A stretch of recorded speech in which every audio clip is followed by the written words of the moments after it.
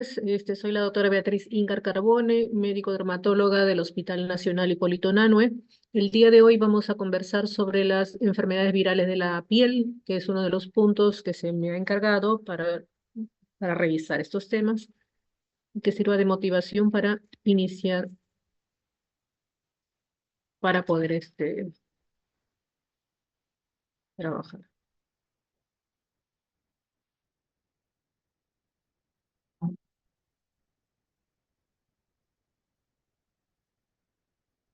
Muy bien. Dentro de los virus que ustedes van a ver que afecten a la piel, existen varios virus que me van a afectar exclusivamente a la piel, que van a tener las mayores manifestaciones a nivel de la piel, pero también hay virus que van a tener bueno, van a tener múltiples manifestaciones en los diferentes órganos de nuestro cuerpo. Esto sí los revisan ustedes en infectología. Lo que vamos a revisar el día de hoy son virus que tienen principalmente manifestaciones cutáneas, ¿no? Y dentro de este grupo, pues he tomado ciertos virus que tienen las grandes manifestaciones a nivel de la piel, y lo otro es por la frecuencia, son virus que frecuentemente se presentan en la piel. Uno de ellos son los virus herpes. Los virus herpes pertenecen a la familia de herpes viridae y que tienen unas características que tienen pues de DNA de cadena, doble cadena lineal, tiene un genoma envuelto en una cápsula icosaédrica regular de 162 capsómetros y un manto de proyecciones de glicoproteínas, ¿no? Entonces, este es un virus que tiene ciertas características especiales y que me va a afectar eh, usualmente lo que son dentro de este grupo de virus humanos, porque estamos hablando de los virus humanos, existen 8 tipos de virus humano que van a afectar. Dentro de estos están numerados por del 1 al 8 y dentro de los cuales vamos a revisar los 3 primeros, ya que como por ejemplo el virus herpes 1, que es el virus simple 1, que vamos a revisarlo, el virus herpes 2, que llamado también genital, y el virus varicela zoster. Esto sí que exclusivamente tiene pues una afinidad, es una afinidad para lo que es las células epidérmicas cutáneas, ¿de acuerdo? Y tienen una de las características que también tienen una fase activa y una fase latente, como vamos a revisar. Dentro de los virus, como les decía a usted, desde el virus 1, que es el virus herpes simple 2, el virus 2, herpes simple 2, el virus 3, que es el virus herpes zóster. El herpes 4 es el Epstein-Barr, que usualmente la enfermedad es infecciosa, generalmente realizan infecto en pediatría. El virus herpes virus 5, conocido como citomegalovirus, que generalmente también manifestaciones no en la piel, generalmente es muy afinidad a los tejidos linfáticos. El virus 6 y 7, que generalmente dan exantemas infantiles, y el virus 8, que es el virus relacionado al sarcoma de Kaposi, ¿no? Que quieren dar lo que es patologías tumorales. Eh, entonces vamos a revisar los 3 primeros. Como ustedes les decía, este tipo de virus pues tienen la capacidad de producir una infección productiva y también una infección persistente, dada por la latencia y la recurrencia, ¿no? Existe una fase, por tanto, de actividad a nivel de la piel y llega a tener una actividad también de latencia en la cual no existen manifestaciones, el paciente está completamente asintomático, pero en cualquier momento que vamos a explicar más adelante puede volver otra vez a manifestarse. Los otros tipos de virus herpes, como son la del 4 al 8, generalmente también tienen una infección transformante, pues el virus se va a integrar al genoma y va a provocar tumores. Ese no lo vamos a revisar. Entonces, ¿cuál es la característica de los virus eh, sí, herpes virus humano? Que tiene la capacidad de replicarse en la célula humana, tiene un efecto citopático, mm, común en todos los virus herpes, que se da por las vesículas que se forman, bueno, en la parte in vitro, en las membranas de huevo y en el tejido humano. Y son virus que son muy frágiles al ambiente, se inactivan muy fácilmente al calor, al alcohol, antisépticos y radiación ultravioleta.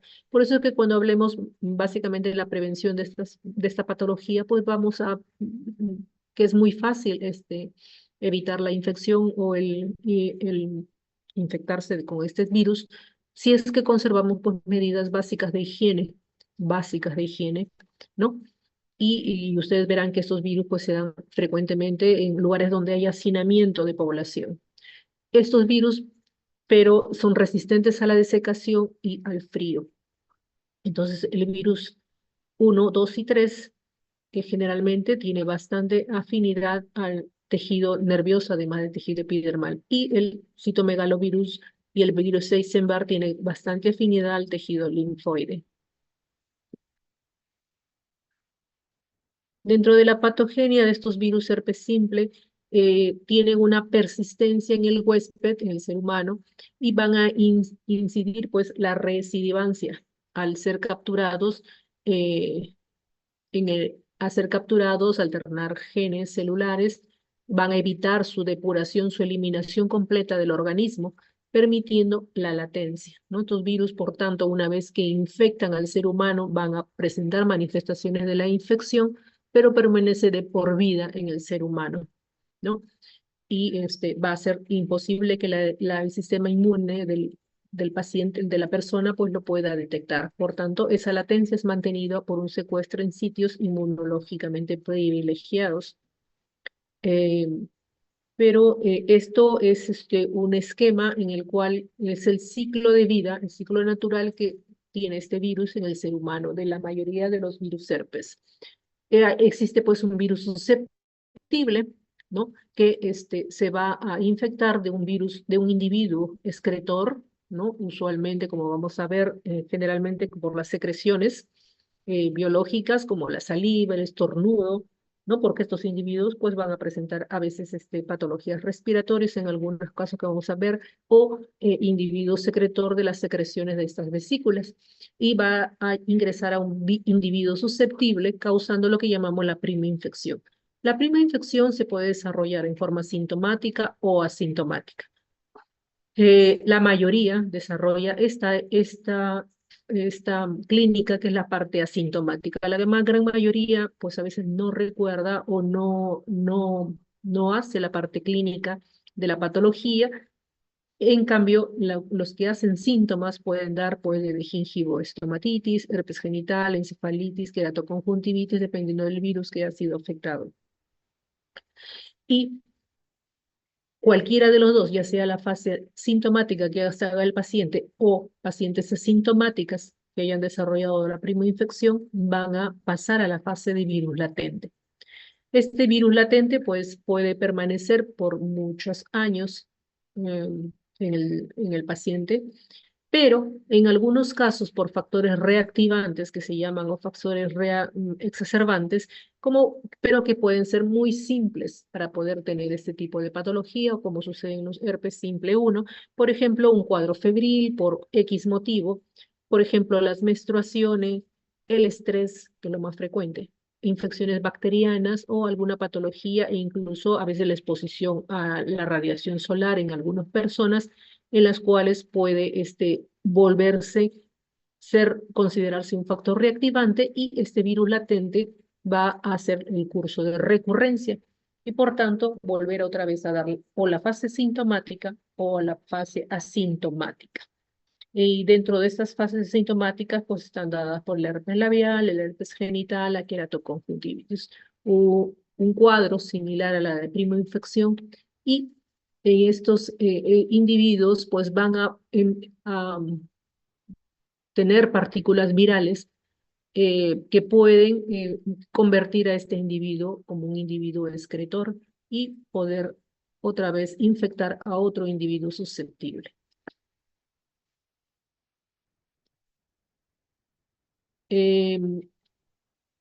Particularmente el virus herpes simple 1, el reservorio, como les dice, esos humanos son seres humanos, no es que mi perrito ni mi gatito me transmitió el virus. El mecanismo de transmisión es básicamente contacto directo por las secreciones, como le decía, oral, genital, orogenital, genitoanal. La fuente de infección pueden ser pues sintomáticos o ser un excretor asintomático, ¿no? ¿Por qué? Porque puede eliminar partículas virales aún no teniendo síntomas. El periodo de incubación puede ser desde una semana hasta un mes, ¿no?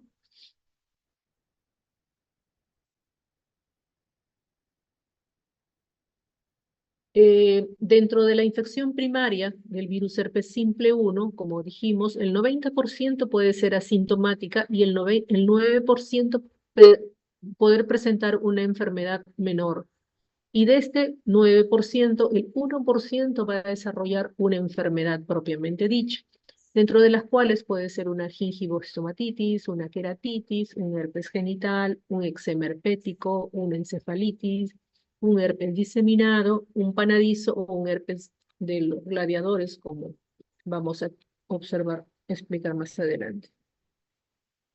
El virus herpes 1, por tanto, una vez que cause ya sea la fase sintomática o asintomática, va a volver otra vez a ser la fase de persistencia después de una primera infección y usualmente las células ganglionares nerviosas dadas por los ganglios sensoriales, básicamente sensoriales, es donde se van a permanecer en forma latente estos partículas virales y puede presentar en cualquier momento lo que es la recurrencia, dando la fase asintomática o sintomática.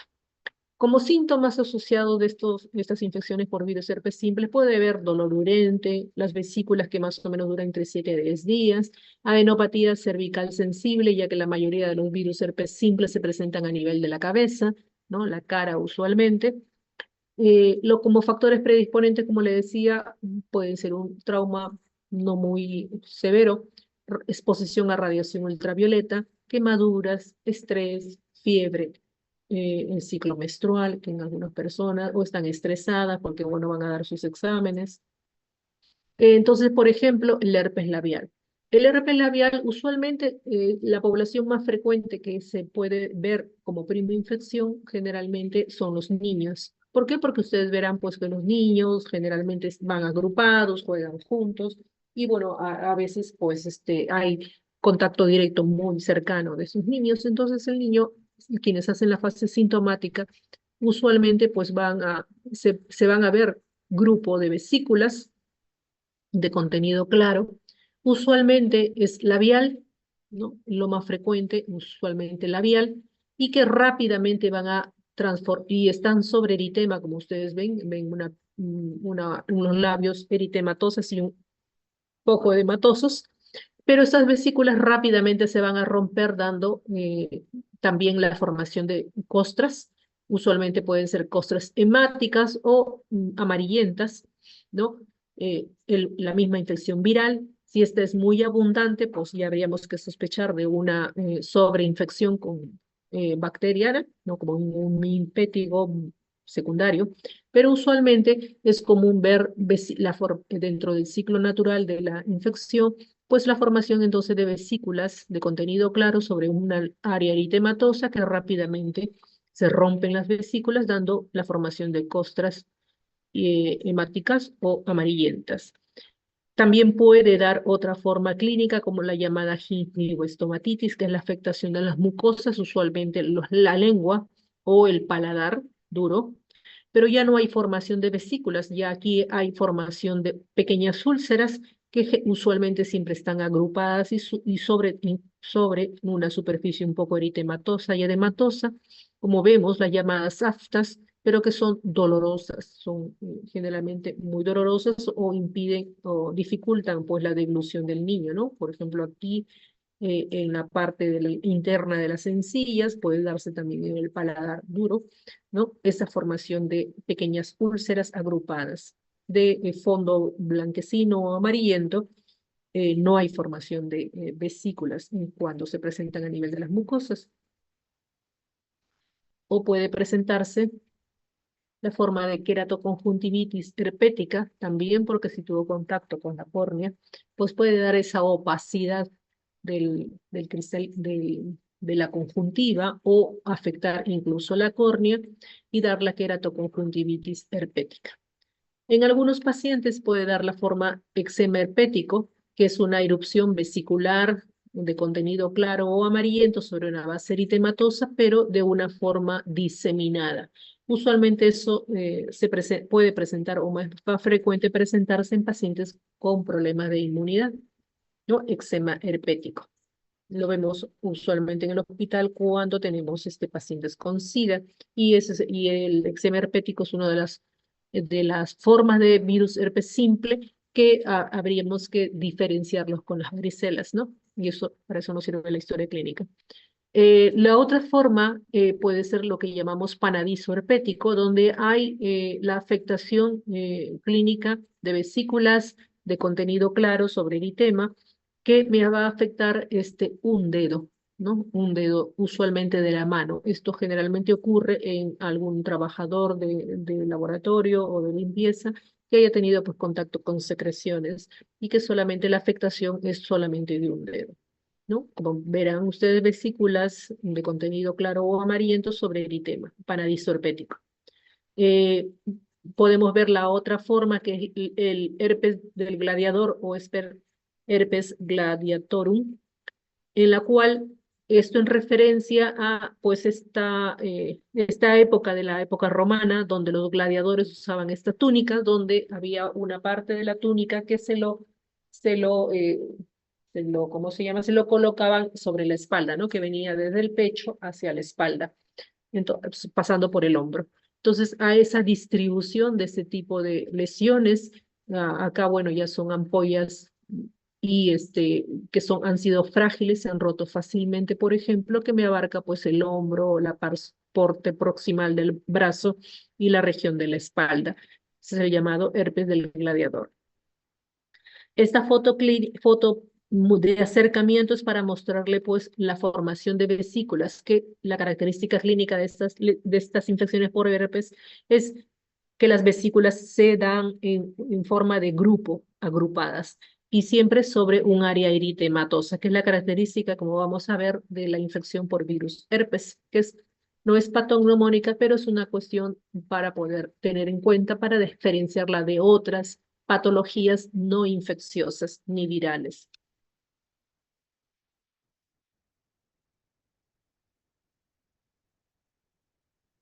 En el herpes genital,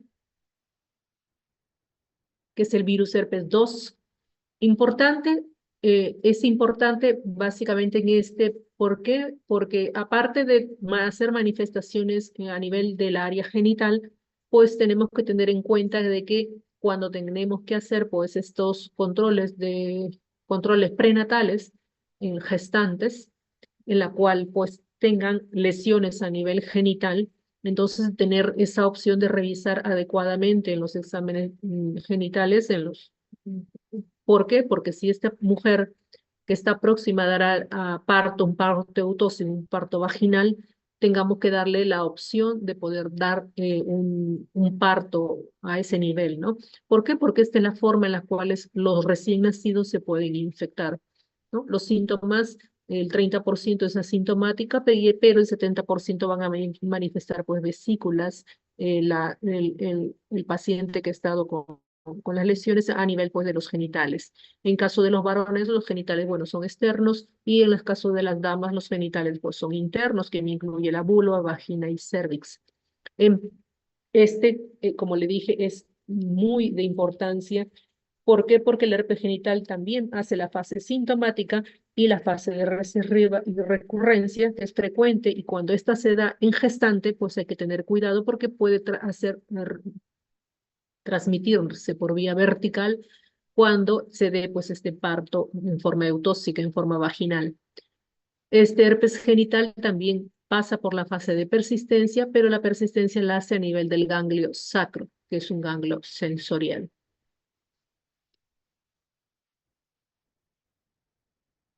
Entonces, el herpes genital, pues es una patología que se da en el área genital, pero también va a depender mucho de las costumbres de los pacientes, porque también pues en quienes practiquen sexo anal, sexo oral o otro tipo de conductas sexuales, pues si lo realiza en una persona infectada, pues puede tener estas manifestaciones si pues la persona de contacto pues tiene esta infección. Por ejemplo, aquí sí lo tenemos en un caballero, un varón, vesículas de contenido claro agrupadas en una zona levemente eritematosa, en este caso cerca a la región, eh, este es entonces a la región genital. Y a veces, en algunos casos podemos tener, en las damas principalmente, podemos, como las vesículas son frágiles, ya no tener la forma de lo que es vesícula, sino ya ver la formación de pequeñas úlceras. Pero ustedes verán que las úlceras siempre están agrupadas, siempre están en una zona en especial, ¿no? Una zona localizada sin distribución zosteriforme, como vamos a ver en otras patologías, que es por virus herpes zóster, que tienen otra forma de distribución o de configuración. En cambio, en estas zonas podemos tener vesículas, en este caso en los labios, en la cara interna de los labios mayores y una porción de los labios menores, pero en forma de grupo, ¿no? Igual, en foto de cerca, pues la formación de vesículas sobre eritema. Y si fuéramos un poquito más acuciosos, por ejemplo, ustedes verán que tenemos vesículas, pero que se van rompiendo a nivel del centro, dando esa impresión de una umbilicación. A diferencia de otra patología que le vamos a indicar que también tienen esa característica de umbilicación, pero la otra patología, como el molusco contagioso, son pápulas, en cambio estas son vesículas. Entonces, otra de las formas de ver esta patología es de que las vesículas se van hundiendo, por decir así, en el centro y se van rompiendo, ¿no? El techo de la vesícula. Es otra de las formas clínicas que se ve en esta patología. Otra foto clínica de estas lesiones, como le decía a usted, en este caso en el prepucio distal de este paciente, varón, ustedes verán vesículas de contenido claro, levemente eritematosa y agrupadas. Esa es la característica del herpes genital.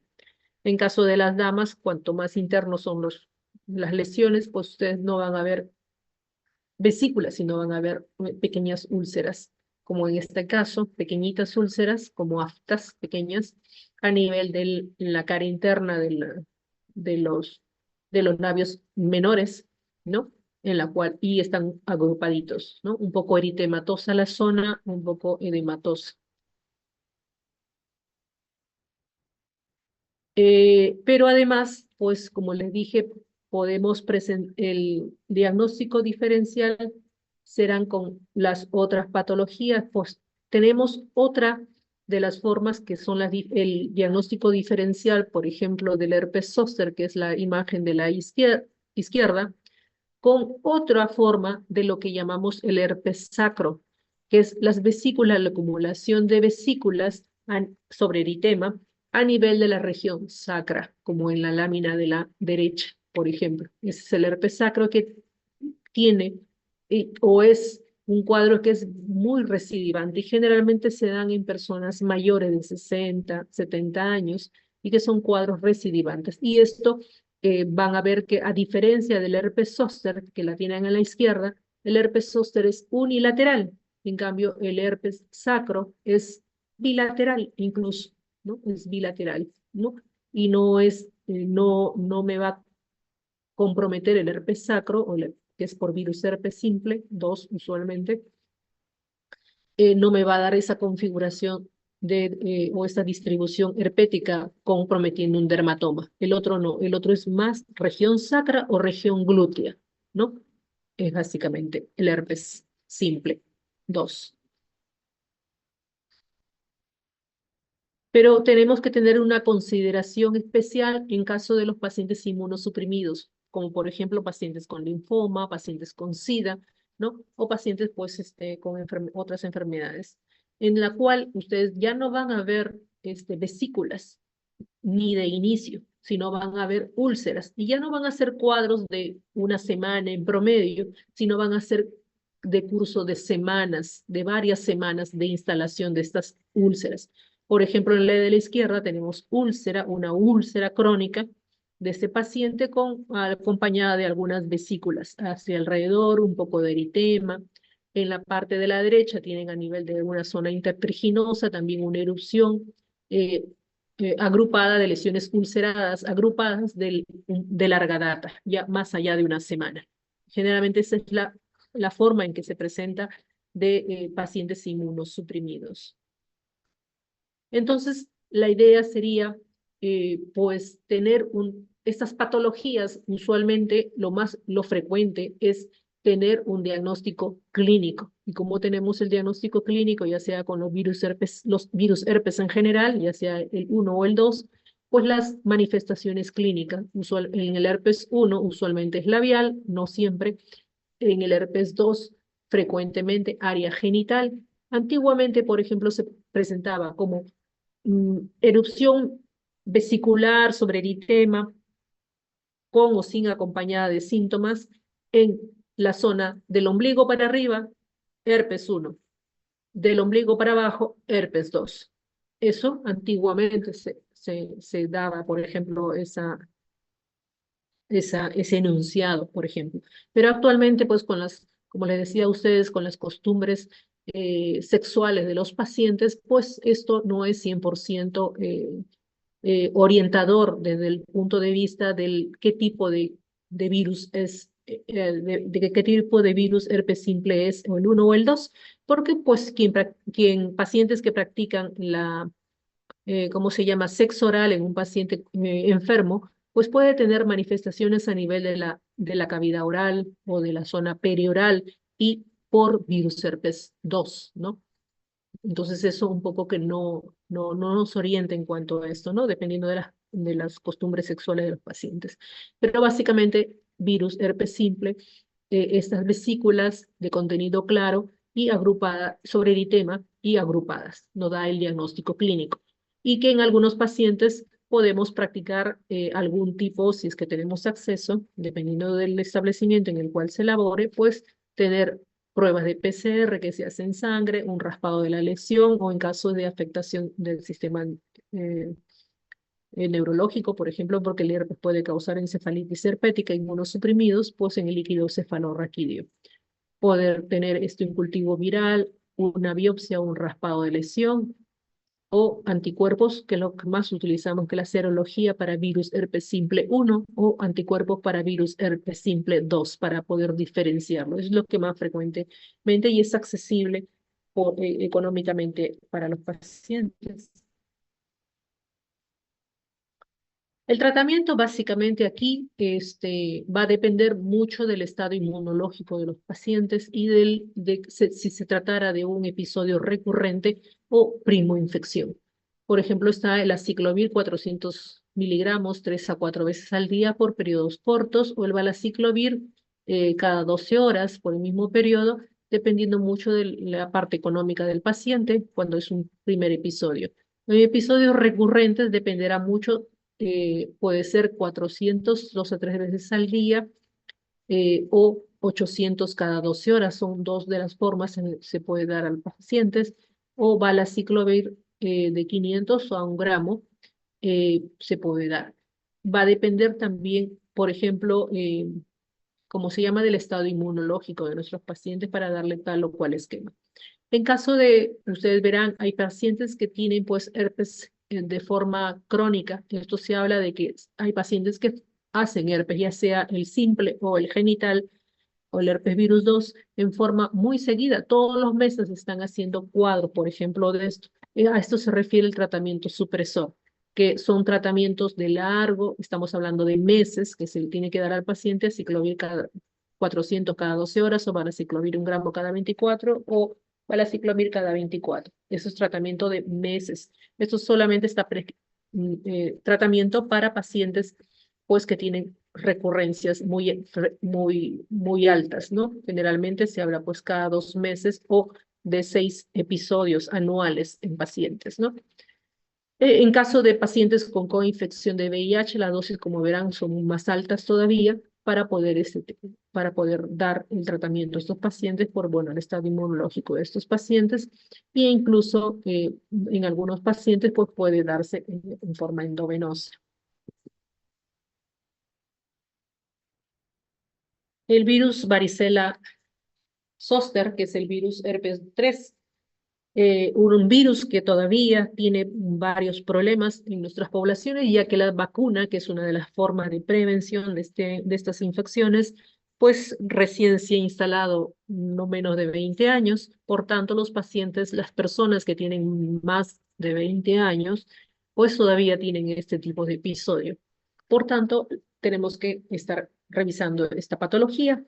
La transmisión principalmente por vía aérea o el contacto con las vesículas de la piel en las mucosas, y es altamente contagioso en la primoinfección y en la parte de la erupción o como herpes zóster. La primoinfección, por tanto, se llama varicela y ese es el tema infantil, usualmente en la población infantil en las grandes ciudades, y la parte de recurrencia que se llama herpes zóster.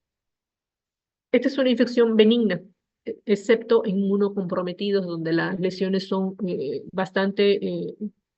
eh, van a deprimir bastante el sistema inmune de los pacientes, ¿no? Es benigna.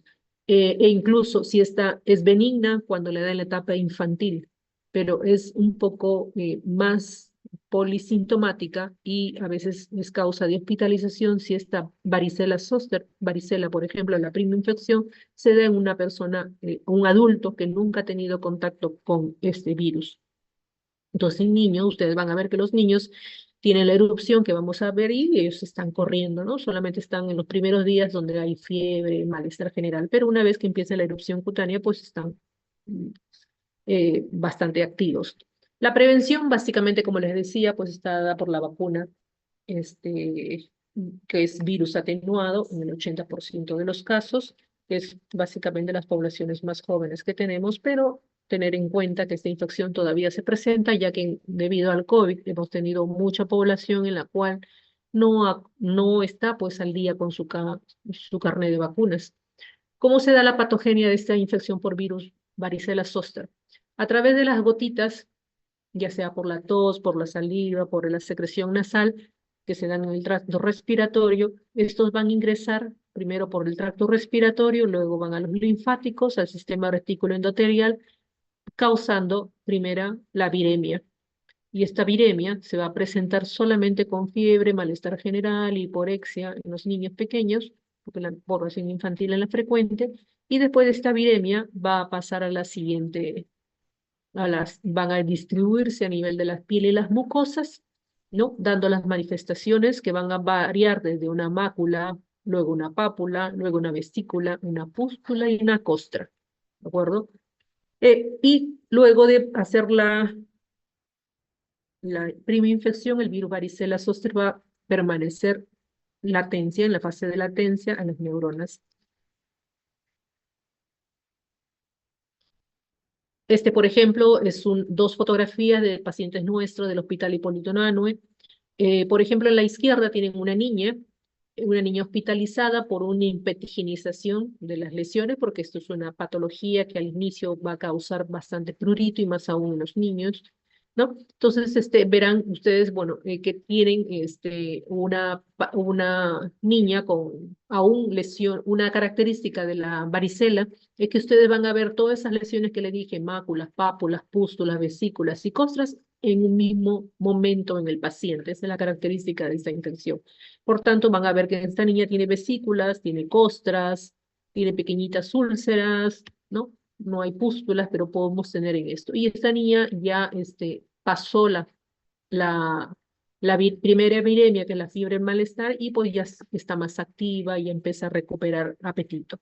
Por ejemplo, en la derecha es un paciente que vino de la sierra, vino de la zona de la sierra, y en la cual en emergencia, porque es el servicio de emergencia, tiene toda esta erupción. Como verán ustedes, en la niña es bien aislada las lesiones, no están tan juntas, pero ustedes verán en el caballero de la derecha, tienen ustedes las vesículas, está pero llenecita, tiene múltiples vesículas este paciente. Por ejemplo, es la de la cabeza, ¿no? Igual, tan igual está el tronco, tan igual están a las extremidades de este paciente, ¿no?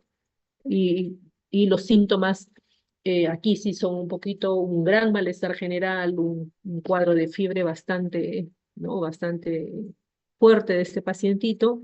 Entonces verán que en adultos, si la varicela se presenta, pues es un poco más tórpida que cuando se presenta en un niño.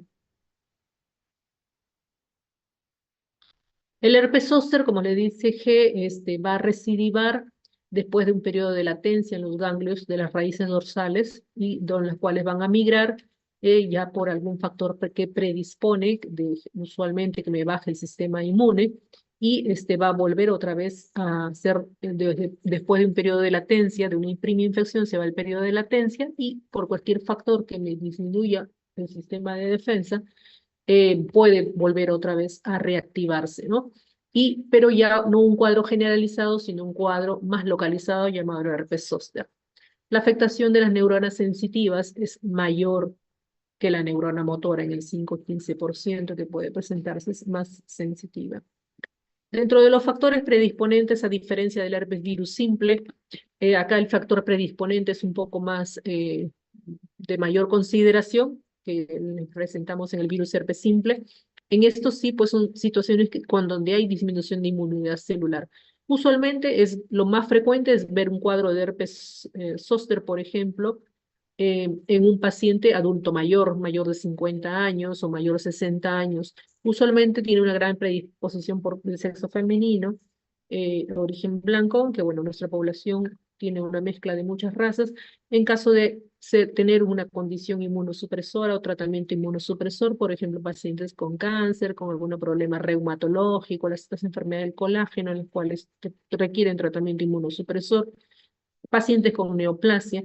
El paciente con SIDA tiene, bueno, relativamente vemos más casos con pacientes con SIDA, ya que se considera que el paciente con SIDA tiene un riesgo 15 veces mayor que un paciente no afectado por esta enfermedad en presentar este tipo de herpes zóster. E incluso muchos pacientes van a debutar con herpes zóster sin saber hasta ese momento que son portadores del virus VIH, ¿no? O están infectados por el virus VIH y presentan un herpes zóster en una persona, por ejemplo, joven, en un paciente que en edad sexualmente activa. Entonces, ante un herpes zóster en un paciente adulto en edad sexualmente activa, que tengan herpes zóster, entonces sospechar pues y hacer el plan de descarte de VIH.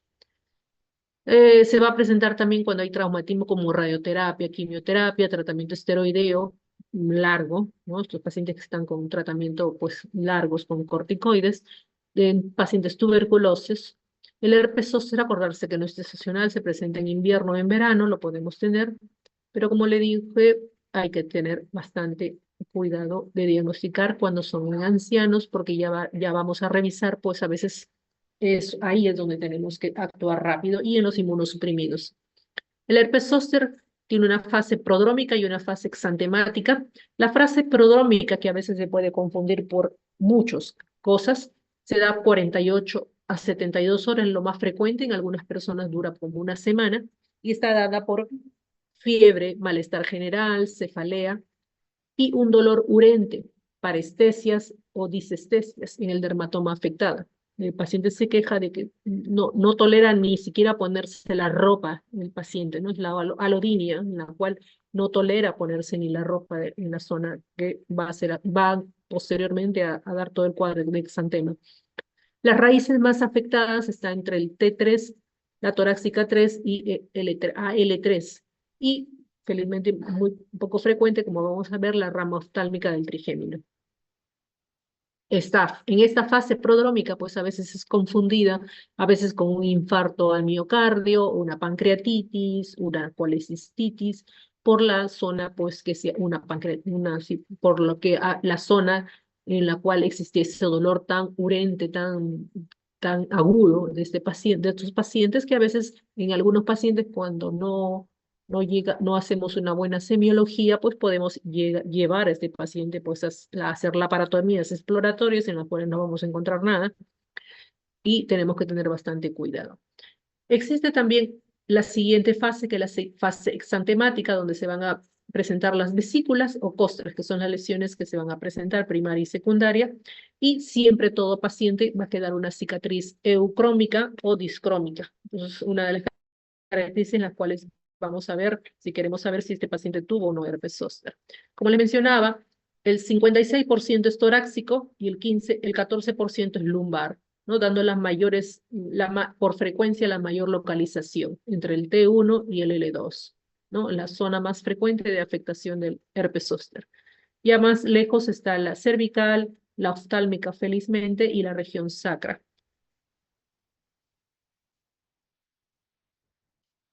Acordarse cuando hablemos de herpes zóster que nuestro cuerpo tiene diferentes líneas que nos van a orientar, por ejemplo, la línea de Blaschko, ¿cómo se llama? Las líneas de delimitación de las pieles, y una de ellas es los dermatomas. Los dermatomas son las áreas corporales encargadas a ciertas raíces nerviosas que tenemos a nivel de la piel.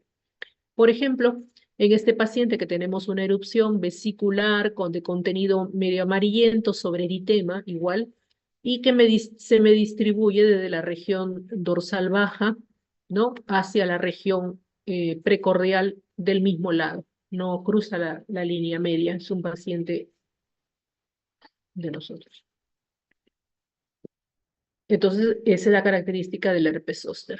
Otros pacientes con herpes zóster, una erupción vesicular sobre eritema, por ejemplo, en el área escapular, que se compromete el área axilar y la parte posterior del brazo, ¿no? Unilateral.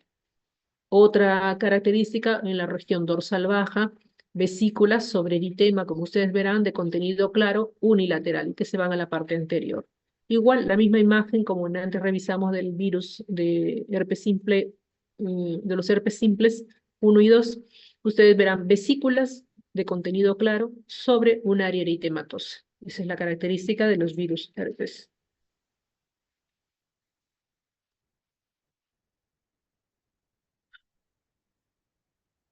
Puede estar, por ejemplo, esta es la región de la nuca. Puede estar en la región del hemiabdomen inferior, unilateral también, vesículas de contenido hemático claro sobre eritema, y que puede estar en todo el hemiabdomen inferior hacia la región lumbar baja. Y una característica, la región subcostal, ¿no? En la cual también tenemos esa configuración de la distribución de las lesiones, ¿no? Abarcando todo el dermatoma afectado. Otra formación de vesículas, como ustedes verán, agrupadas, vesículas de contenido claro sobre eritema, sobre el área precordial y que se dirigen hacia la parte dorsal de ese mismo lado del hemitórax. Igual, siguiendo un dermatoma, la erupción vesícula costrosa, y en este caso del hemiabdomen superior hacia la parte posterior dorsal baja. Y esta lesión, que ustedes verán que hay algunas lesiones como hemáticas e incluso un poco necróticas, podría tratarse de un paciente inmunocomprometido. Usualmente es ver las lesiones claras, pero cuando vemos ya lesiones como necróticas o incluso abarcando varios dermatomas, tenemos que pensar en una posibilidad que estamos viendo a un paciente pues inmunosuprimido.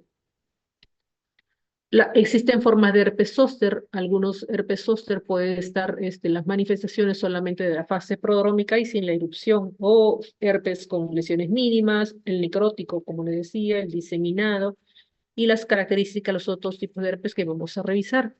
Por ejemplo, podemos tener un herpes zóster diseminado, ¿no? Inicia como una característica de una distribución herpética y después presenta toda la característica que a veces es similar, pensar que tengamos el cuadro de varicela y el herpes zóster a la vez.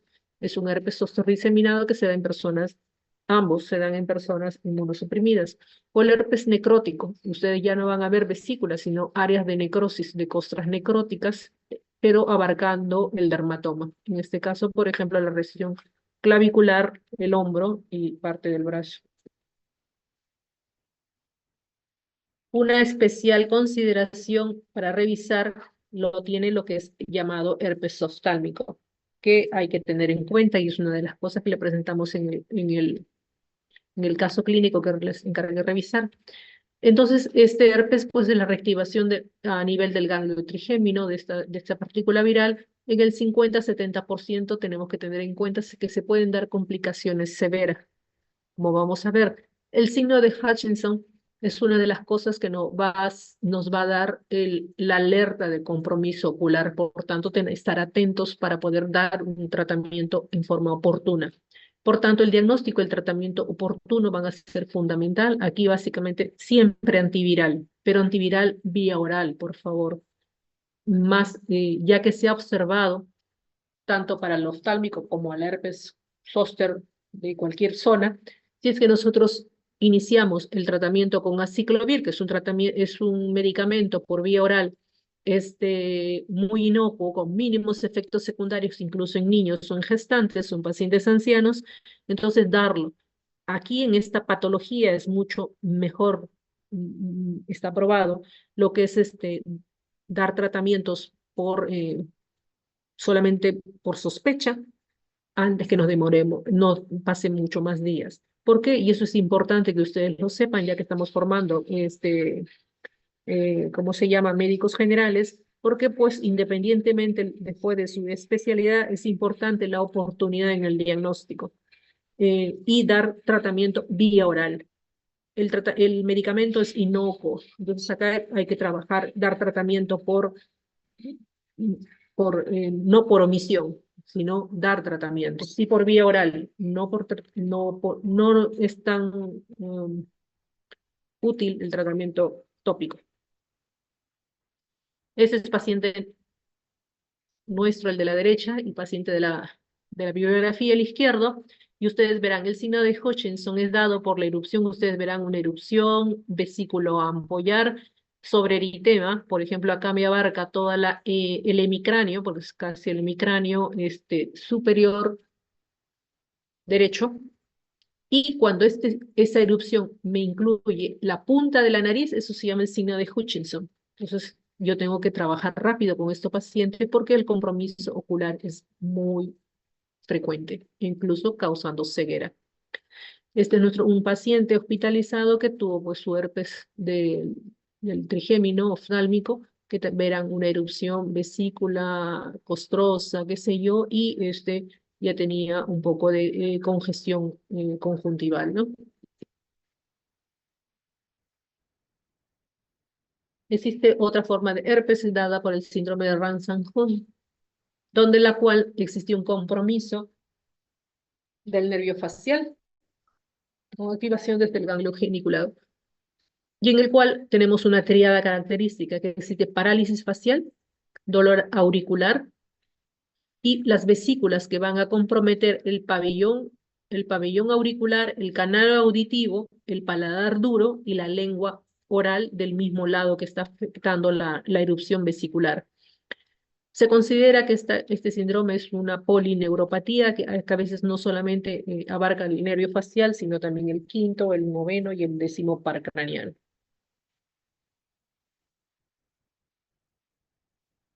E incluso existe una clasificación del síndrome de Ransan-Hund, en la cual pues existen diferentes estadios de acuerdo a la afectación de una o más pares craneales. Dentro de las complicaciones del herpes zóster, pues la principal y la más importante es la neuralgia posherpética, que a veces lo que hay que prevenir dando tratamientos oportunos, porque podemos condenar a dolor a estos pacientes hasta, puede ser como un mes, como pueden ser 6 meses a un año, hasta toda su vida, y esto solamente se da frecuentemente en las personas geriátricas. Y cuando se da la afectación de la rama oftálmica del nervio trigémino, puede ir desde una conjuntivitis hasta una ceguera. Las otras complicaciones, bueno, básicamente la sobreinfección bacteriana, la parálisis de los nervios o parecer, afectados, la pérdida de sensibilidad, encefalitis en pacientes inmunocomprometidos y herpes zóster diseminado. El diagnóstico, como ustedes verán, es puramente clínico. A veces se utiliza el test de Sand, que es básicamente un frotis del techo de la ampolla y por ciertas coloraciones en las cuales se ven las células multinucleares agrupadas, que en algunos pacientes se pueden hacer, pero lo importante aquí es el diagnóstico clínico. El tratamiento, como les decía a ustedes, dentro de las 72 horas de inicio del cuadro clínico va a hacer que este cuadro no me llegue a la complicación que es la neuralgia posherpética. Y ustedes verán que pues lo pueden dar desde aciclovir, que es lo más barato, inocuo, hasta los un poquito más caros como el fanciclovir. El tratamiento analgésico que a veces va a acompañar puede llevar corticoides, analgésico, gabapentina, capsaicina, son varias cosas, pero la idea es llegar a ese, cuando tengamos el brote vesicular, llegar a un tratamiento oportuno. El, la, la prevención es a través de la vacuna contra la varicela, que ya está aprobada en nuestro país, y como ustedes verán, recién desde el 2018 ha sido aprobada y es una vacuna de virus vivos atenuados y en la cual pues eh, con, con- continua, hace puede que de alguna manera es una aplicación subcutánea, ¿no? Que se utiliza en los pacientes para poder tener esta protección de los pacientes.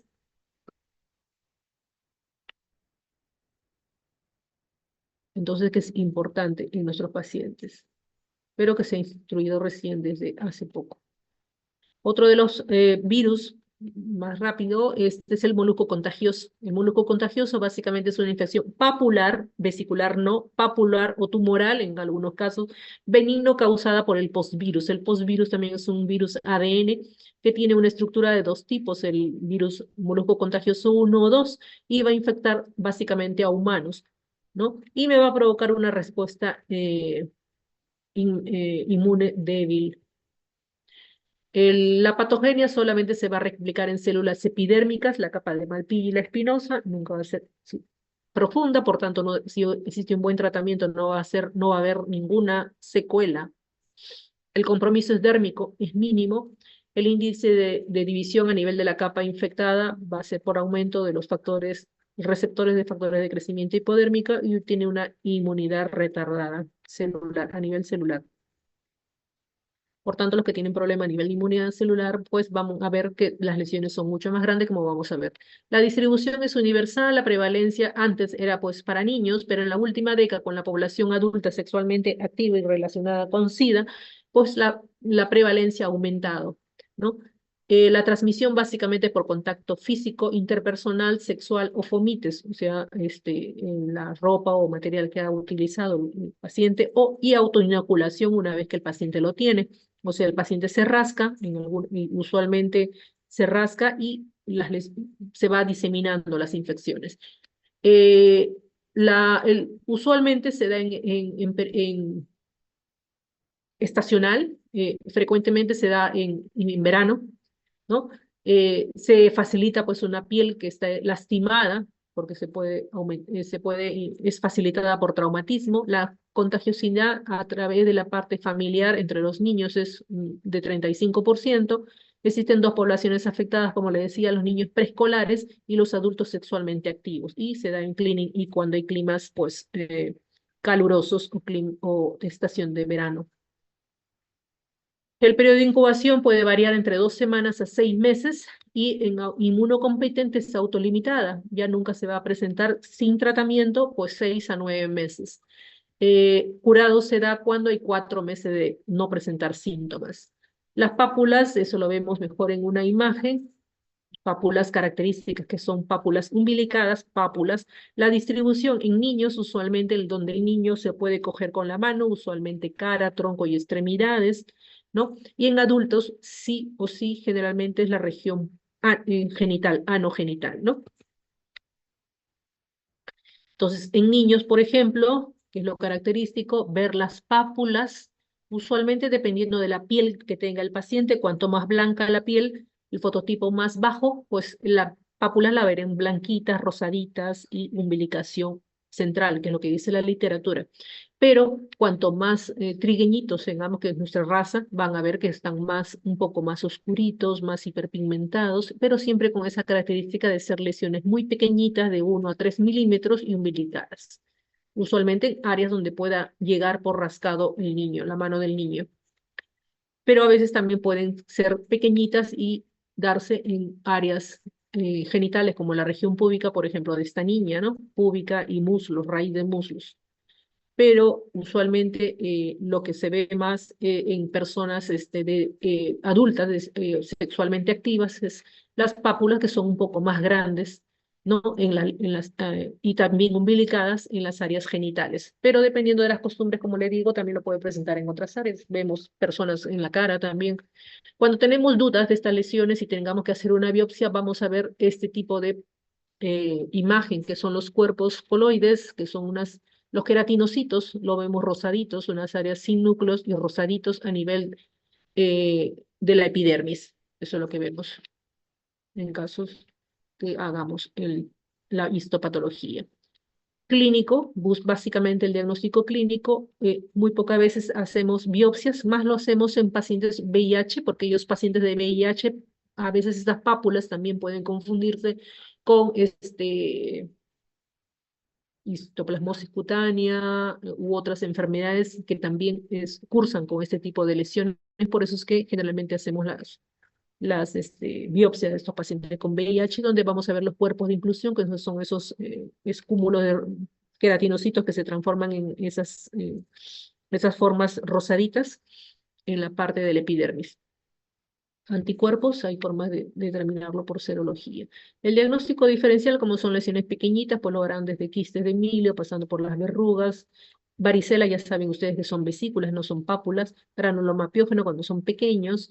Y lesiones malignas, como en cánceres, condilomas, chalacios, cuando se dan en los párpados o en los bordes libres de los ojos. El tratamiento básicamente es curetaje con o sin anestesia, crioterapia, que es lo que más trabajamos, 10 a 20 segundos, bueno, técnicas que se trabajan cada 2 a 3 semanas, queratolíticos o citotóxicos en algunos pacientes, láser en otros pacientes o sistémicos, que a veces se dan como cuestiones paliativas en algunos pacientes, y Miquimod, que es lo otro que utilizamos en los pacientes. Otro de los virus que tiene muchas manifestaciones cutáneas es las infecciones cutáneo-mucosas por VPH, virus papiloma humano.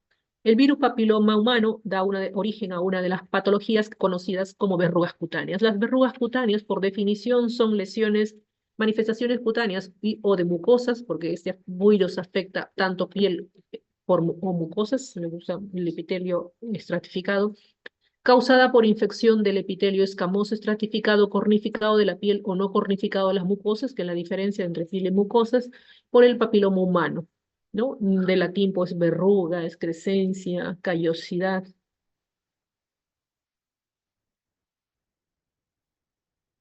Las verrugas van a tener diferentes formas de acuerdo a la localización y la morfología de estos y también el tipo de virus que afecta, como denominados verrugas comunes, que son las verrugas que ustedes van a ver en sus rotaciones de prácticas, verrugas plantares, verrugas planas, usualmente en la cara, verrugas genitales o anogenitales, se dice ahora porque es un término que frecuentemente se ve de afectación a las personas. Las verrugas van a tener la apariencia de las lesiones, va a estar influenciada, como le dije a ustedes, por el tipo de virus y por la piel afectada, la localización de la piel afectada y factores del huésped o ambientales. Son asintomáticas, no causan síntomas algunos, salvo, como le voy a decir más adelante, las periunguiales y las plantares. Los tratamientos generalmente, o el acudir a consulta generalmente lo hacen porque se ven feas, aparte cosméticas, y para recibir tratamiento. Las verrugas comunes van a representar el 70% de las infecciones por VPH y usualmente son la población infantil la que tiene estos problemas. En las mucosas es más frecuente el condiloma acuminado y acordarse que esta es considerada una enfermedad de transmisión sexual. El papiloma humano. El papiloma humano, el virus papiloma humano, es un virus de DNA con ciertas características bastante especiales, donde tiene una doble cadena, pertenece a la familia Papoviridae, en la cual existen 16 géneros, dentro de los cuales lo que interesan son los alfa papiloma virus. Dentro de este grupo es los papilomas virus que afectan al ser humano. Acordarse que existen más de 200 tipos de estos virus clasificados según las homologías de sus genomas, de acuerdo al grado de transformación maligna, están ampliamente distribuidos en la naturaleza, infecta el epitelio escamoso, como les decía, de más de 20 especies, toda esta familia Papoviridae, que infectan mamíferos, aves y reptiles. Y algunos papilomas virus en el área anogenital pueden conducir pues a displasia y cáncer, como vamos a revisar adelante. Entonces vamos a hablar del papilomavirus humano, que es de la familia Alpha Viridae, Alpha Papillomaviridae. Esta partícula es una partícula viral que consiste en 72 capsómetros y con un diámetro de aproximadamente 55 nanómetros, una foto de microscopía electrónica, y están hechos principalmente el capsómero dada por proteínas estructurales importantes, que es lo que le da la clasificación y la posibilidad de la estructura de la partícula viral, como vamos a revisar. Estas partículas, este genoma del papilomavirus, una molécula ADN circular de doble cadena que se divide, como le digo, en tres regiones. La región larga no contiene lectura. Lo importante aquí es que tiene genes del E1, clasificados del E1 al E8, y la región tardía va a contener los genes que es el L1 y el L2, los cuales van a constituir la parte de la cápside. Y lo otro, y cada uno con ciertas propiedades particulares. Algunos para formar la misma partícula viral y algunos que me van a intervenir en la transformación maligna del papilomavirus. La organización del genoma va a estar dada, como les decía, por tres regiones. Early, temprana, que son los genes que codifican las proteínas reguladoras y transformadoras de la partícula viral, y la L tardía, que son los genes para codificación, las proteínas estructurales de la cápside. Y regiones no codificantes, que son la región larga del control. Dentro de estas, pues ustedes van a ver que existen diferentes funciones que van a contar con este tipo de estructuras, tanto dadas por las no estructurales como las estructurales. Las estructurales generalmente dan, dan la forma de la partícula viral. En cambio, las proteínas no estructurales, ustedes van a ver que tienen funciones dentro de las cuales me van a permitir la infección del tejido humano y en algunos casos eh, me va a inducir la degradación, por ejemplo, de la proteína supresora de tumores. Por tanto, pues las partículas virales que tengan esta partícula bastante especial, pues van a dar el E6 y el E7, van a dar, pues, darle esta capacidad a esta partícula viral de ser transformadora de cáncer. La localización, usualmente la partícula viral va a atravesar a través del epitelio, a través de una solución de continuidad, a la partícula e infectar primero las partículas superficiales de la epidermis y llevando pues las partículas virales hacia la célula madre y la cual me va a ampliar la infección. La clasificación básicamente del papilomavirus se va a basar en la caracterización del genoma que está dada por el Comité Internacional de Taxonomía Viral y los tipos se van a designar por números y los subtipos por letras.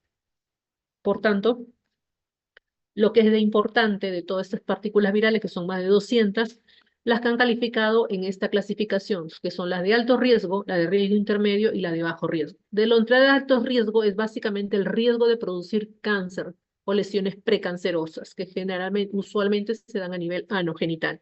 Por ejemplo, los virus que tienen esta característica está dada por el BPH 16, el 18, el 45 y el 56. Y lo de bajo riesgo, por ejemplo, están entre el 6 y el 11, que son las más frecuentes virus que infectan para dar los verrugas anogenitales, las 42, 43 y 44. Pero tenemos pues también virus de capacidad intermedia.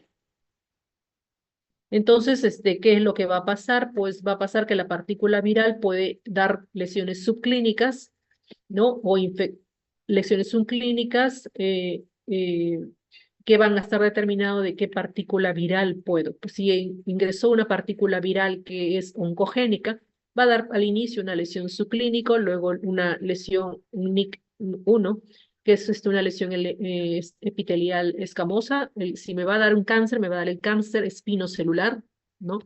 De las áreas anogenitales o las áreas infectadas y va a progresar a la que es cáncer. Dependiendo de mucho, tiene que ver la parte de la susceptibilidad genética en los pacientes para poder dar la persistencia y la progresión a este tipo de cáncer, ¿no?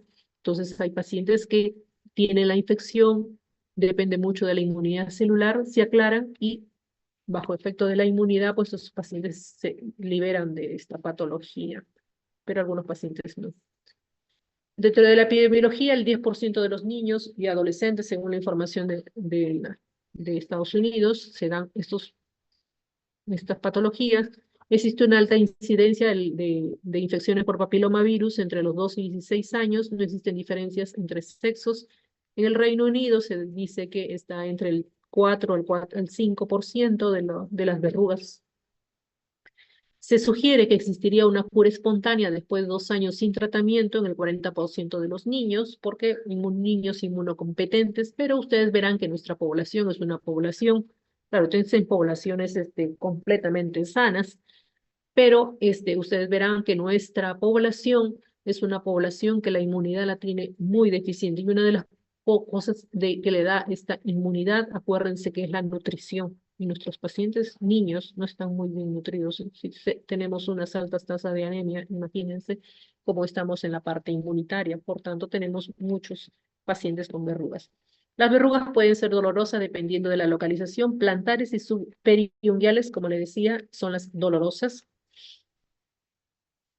La forma de transmisión, básicamente por contacto directo de persona a persona o indirecto vía fomites.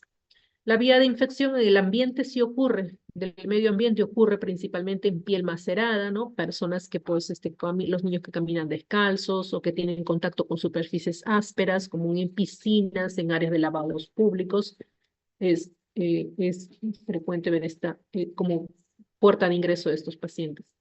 Como verán ustedes, tenemos diferentes tipos de papilomavirus dentro de los 200 papilomavirus que se conocen hasta el momento. Las verrugas comunes, que las verrugas que generalmente se presentan a nivel de las manos. Generalmente, como ustedes verán, el virus papiloma humano identificado frecuentemente es 1, 2, 4 y 57. Hay verrugas planas que se dan generalmente en las caras, que son verrugas pequeñas, que son pápulas en las cuales tienen una característica que estas pápulas tienen el techo plano y usualmente se dan en la cara. 3 y el 10 es el BPH identificado. Las verrugas plantaras, por ejemplo, son pápulas que se presentan usualmente dan un así aspecto de callos a nivel de la planta de los pies, pero usualmente pues son dolorosas y están identificados los virus 1, 2, 4 y 57, casi tan igual que las verrugas comunes, las que se presentan en las manos. Las verrugas en mosaico son llamadas las verrugas anogenitales, como el condiloma acuminado, o llamado verrugas venéreas. Ocurren usualmente placas grandes, nódulos, ¿no? Y dadas por el 2, 6 y 11, los virus, como le decía, que son de bajo riesgo. Y las verrugas orales, que en algunos casos se dan a nivel de la mucosa oral en lo principal, y el virus 6, 11 y 32 identificados. Eh, Esto básicamente acordarse que existen partículas virales que son dentro de los más estudiados, existe dentro de esta familia grande que es la familia Papoviridae y dentro que afecta a humanos y a animales, pero dentro de este gran grupo de la familia Papoviridae existe el género Papiloma alfa, dentro de las cuales están las verrugas que son los papilomas que son humanos, ¿no? De transmisión al ser humano, ¿no? Entonces, no es que el papiloma humano me lo transmite el perrito, el gatito, qué sé yo, sino ellos tienen otros tipos de papilomas humanos, de papilomas que son diferentes, de diferentes géneros, y el papiloma humano, viene del género, de la familia Papoviridae, pero del género papiloma alfa. Entonces, fotos de estas verrugas que ustedes van a ver en sus prácticas, las verrugas que pueden ser únicas o pueden ser múltiples, por ejemplo, esta mano, estos dedos de la mano que están llenecitos, ya no son pápulas, ya son placas por el tipo de lesiones y tienen este aspecto de superficie irregular, incluso áspera, ¿no? Al tacto, bordes bien delimitados, ¿no? En este caso se presentan, por ejemplo, ese borde irregular al nivel del borde de las narinas,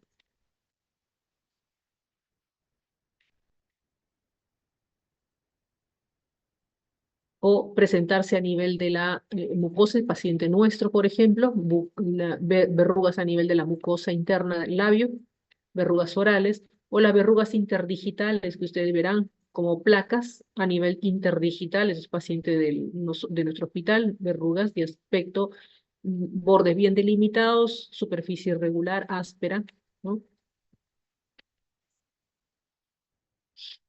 Otros pacientes, las verrugas periunguales, que son las que son dolorosas alrededor de la uña, y ustedes verán que también a veces deforma o mancha la uña. No es que la uña esté con hongos y además la verruga, no, sino que la verruga se va a ingresar a través de debajo de la lámina unguial y puede deformarla.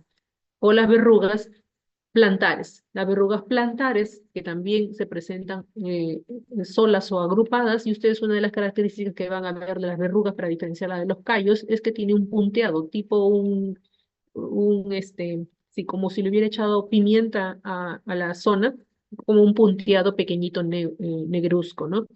Que es los vasos trombosados que se presenta a nivel de estas lesiones por papiloma. Otra foto de la bibliografía, que son las verrugas, que son como, parecen una empedrada del mismo color de la mucosa de estos verrugas orales. Dentro de la parte de las verrugas anogenitales, un punto aparte, como ustedes verán, la mayoría son por virus tipo papilomavirus 6 y 11, son de bajo potencial oncogénico en frecuencia, pero no quiere decir, pues si yo tengo un paciente de conducta de riesgo o pues yo no puedo saber si puede infectarse con virus de bajo riesgo o en algún momento pues puede infectarse de verrugas de alto riesgo oncogénito. Puede causar el condiloma acuminado gigante o el tumor de Buschke-Lowenstein, que es un carcinoma de células escamosas de bajo grado de invasión local, que es el tipo de carcinoma que produce el virus papiloma. Por ejemplo, se pueden presentar como pápulas de superficie irregular, rugosa, ¿no? Esta vez está a nivel del cuerpo del pene o a nivel del glande, como en esta foto clínica, o en las damas, de esta es foto, por ejemplo, de nuestro hospital. Este es un paciente con SIDL de la izquierda, en la cual el glande prácticamente está ocupado por un tumor verrucoso, ¿no? Es un tumor verrucoso, más las lesiones papulares satélites que tienen a nivel de todo el cuerpo del pene, el escroto y la raíz del muslo, que felizmente no es dada por un oncogénico. Este paciente se fue a cirugía para corregir porque con los tratamientos locales pues no lleva una evolución adecuada. Y estas lesiones que a veces impresionaba como papulosis boboinoide, felizmente no fueron. Es parte de las verrugas que tiene. Y esta es una dama no HIV, pero que por descuido de esta dama, ustedes verán que tiene una lesión tumoral verrucosa que cubre todo el labio mayor, el labio menor y la región perianal, ¿no? Pero aún así estamos siguiéndola, pero es básicamente por descuido de este paciente.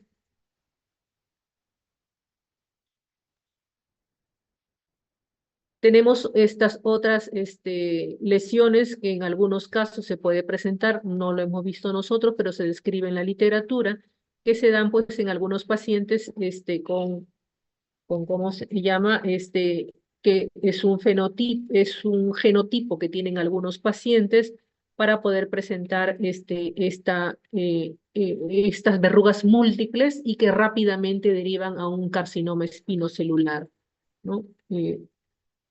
La epidermoplasia verruciforme.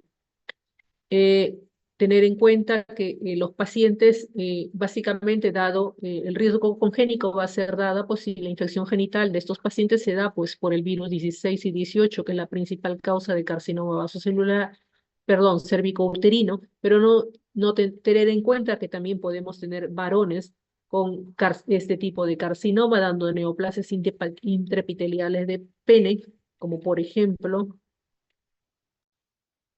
estas patologías,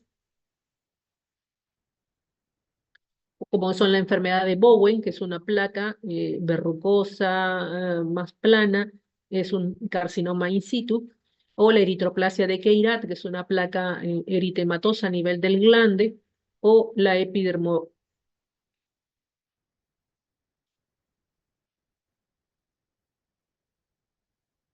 la papulosis bovenoide, que son las pápulas pequeñitas, que es lo que le mencionaba a usted, son pápulas pequeñitas aparentemente tan inofensivas, que son lesiones de carcinoma epidermoide también. Entonces, importante saber que el diagnóstico es básicamente clínico en los pacientes, que muy pocas veces tenemos que hacer algún cultivo o alguna histopatología, y cuando hacemos una histopatología, pues lo que vamos a ver en estos pacientes es de que veremos pues los llamados coilocitos, que son el epidermis. Vamos a ver los queratinocitos en negativo y con un núcleo muy, como que muy llevado a la periferia, que es una de las cosas que podemos intuir como una infección por VPH. El diagnóstico diferencial pues serán con todas las lesiones papulares, pasando por el molusco contagioso, callos, otros tipos de papilomatosis, cáncer inclusive.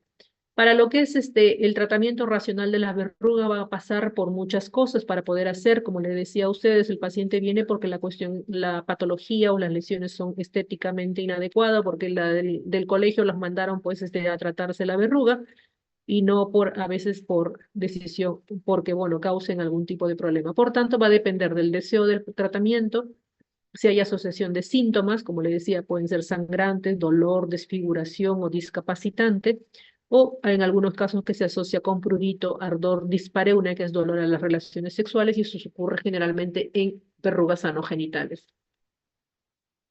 El tratamiento básicamente va a depender de si son verrugas grandes o numerosas, si existe ya una displasia cervical asociada al VPH, si hay para lo que es prevención y de la propagación, y en caso de verrugas de inmunocomprometidos, pues a la posibilidad de desarrollar carcinoma espinocelular. Las lesiones premalignas, como el tumor de Blushke, ya que no hemos tenido epidermoplasia verruciforme, tumores grandes de condilomas acuminados, que tienen la más chance de hacer este carcinoma. Los tratamientos de verrugas visibles con riesgo de infección, ya que estas pueden infectar pues, a futuras parejas. En cuanto a las categorías, existen pues tratamientos que se hacen en casa, se le da prescripción al paciente, y hay otros que se hacen en consultorio. Todos los tratamientos, tener en cuenta que solamente me pueden llegar a un 85% de curación, y usados en repetidas veces por un transcurso más, cuando los pacientes son más inmunocomprometidos, tenemos varias sesiones que cuando son no inmunocomprometidos. El tratamiento va a ser de acuerdo a la área que tengamos. Como ustedes verán, hay desde tratamientos tópicos, pasando por la crioterapia, que es lo que más es usado, ya que me deja lo menos posible de secuela o de desfiguración o de manchas, hiperpigmentaciones o lesiones residuales o secuelares, que es la crioterapia lo que se utiliza actualmente. Ya muy pocas veces se utiliza la cauterización por dos motivos. Uno, porque me va a deformar, me va a deformar la zona donde se hace la cauterización. Por tanto, esto está prohibido hacerlo en la cara o en áreas estéticamente visibles, ¿no? Que no debería hacerse. Y lo otro es ¿por qué? Porque las partículas virales, cuando se hace cauterización, ya sea con el equipo de cauterio o con la vaporización de láser, tiene que haber una adecuada protección del operador. ¿Por qué? Porque se ha visto la relación con carcinoma laringio, en caso de que las verrugas sean pues del paciente, sean por papilomas oncogénicos. Por tanto, hay que tener, ya no se utiliza ya cada vez se utilizan menos las cauterizaciones. Y lo otro son tratamientos médicos como el Imquimod, es un inmunomodulador que se hace conjuntamente en caso de verrugas recalcitrantes o verrugas múltiples o pacientes inmunocomprometidos. El tratamiento de verruga, por tanto, no existe ningún tratamiento que sea efectivo, único, ni completamente efectivo para pacientes, ¿no? Existen tratamientos que deben de combinarse los tratamientos, y diferentes tipos de verrugas y de variadas localizaciones requieren de tratamientos muy diferenciadas, y hay que acordarse que también existe la regresión completa de algunas verrugas. Dentro de la prevención, pues tenemos que tener en cuenta que eh, muchos de nuestros pacientes tenemos lo que es ya la vacuna eh, la vacuna para papiloma humana, usualmente la vacuna para papiloma humano, que ha sido aprobado por el Ministerio de Salud y que se aplica a las niñas de quinto año de primaria, porque ustedes verán que nuestra escolaridad no está tan adecuada y a veces muchos de nuestros pacientes llegan solamente a primaria. Entonces es primaria y se complementa con una segunda dosis en las pacientes en secundaria. Y esto ha sido aprobado en el 2018 con esta norma técnica, la 141, y en la cual ustedes verán que está aprobada la vacunación con la vacuna tetravalente, que tiene 5 tipos de papilomas. Como ustedes verán, tiene el 6, tiene el 11, tiene el 16 y tiene el 18. ¿Ya? Esa es la norma y en la cual la primera dosis se aplica apenas se pueda captar al paciente y a los 6 meses la segunda dosis básico y dado por el Ministerio de Salud en forma intramuscular y en forma gratuita para nuestros pacientes. Esto recién desde 2008, así que recién nuestras niñas, pero también pues veramos que todavía tenemos muchos problemas a veces de padres que a veces no autorizan aplicar estas vacunas y no entienden que pues para la salud de sus hijos, de sus hijas mujeres. Pero no quiere decir que si en forma particular podemos vacunar a nuestra población en riesgo. Eso sería todo por ahora, jóvenes. No sé si hubiera alguna duda, alguna pregunta, algo no entendido.